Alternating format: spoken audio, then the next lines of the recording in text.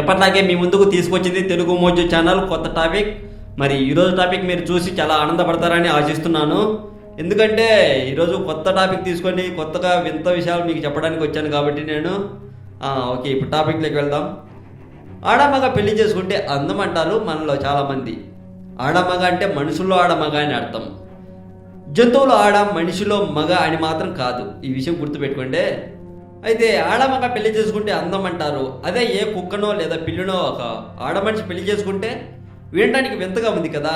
ఇదే జరిగింది ఒక చోట. పిల్లిని పెళ్లి చేసుకున్న ఆ పాప మళ్ళీ కుక్కను కూడా పెళ్లి చేసుకుంది.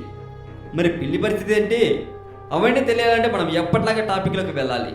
అసలు టాపిక్లోకి వెళ్దామా? అది నెదర్లాండ్ దేశం. చాలామంది తమ పెంపుడు జంతువులను కుటుంబ సభ్యుల్లో చూసుకుంటుంటారు. ఇందులో వింతేమీ లేదు. కానీ ఓ మహిళ మాత్రం తను అమితంగా ప్రేమించి ఓ పిల్లిని పెళ్లి చేసుకుందండి. కొంతకాలం తర్వాత ఆ పిల్లి చనిపోవడంతో ఆమెకు మరో పెంపుడు జంతువుపై ప్రేమ పుట్టింది. దీంతో ఈసారి తన పెంపుడు కుక్కతో ఆమె వివాహం చేసుకోవాలని నిర్ణయించుకుంది. ఈ ఘటన నెదర్లాండ్ దేశంలో చోటు చేసుకుంది.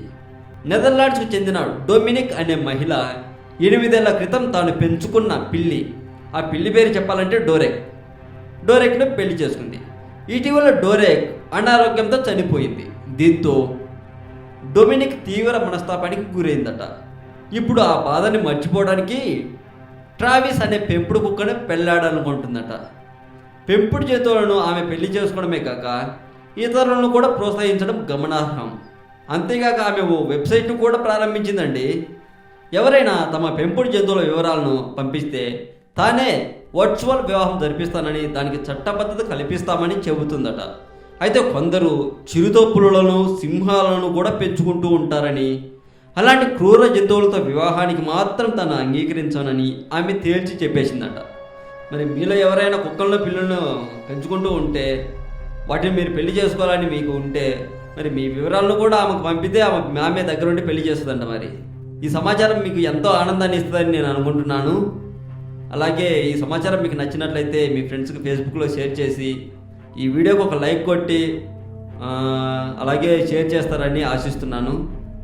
ఈ వీడియో మీద మీ కామెంట్ కూడా పోస్ట్ చేయండి. మీ కామెంట్కి నేను తప్పకుండా రిప్లై ఇస్తాను.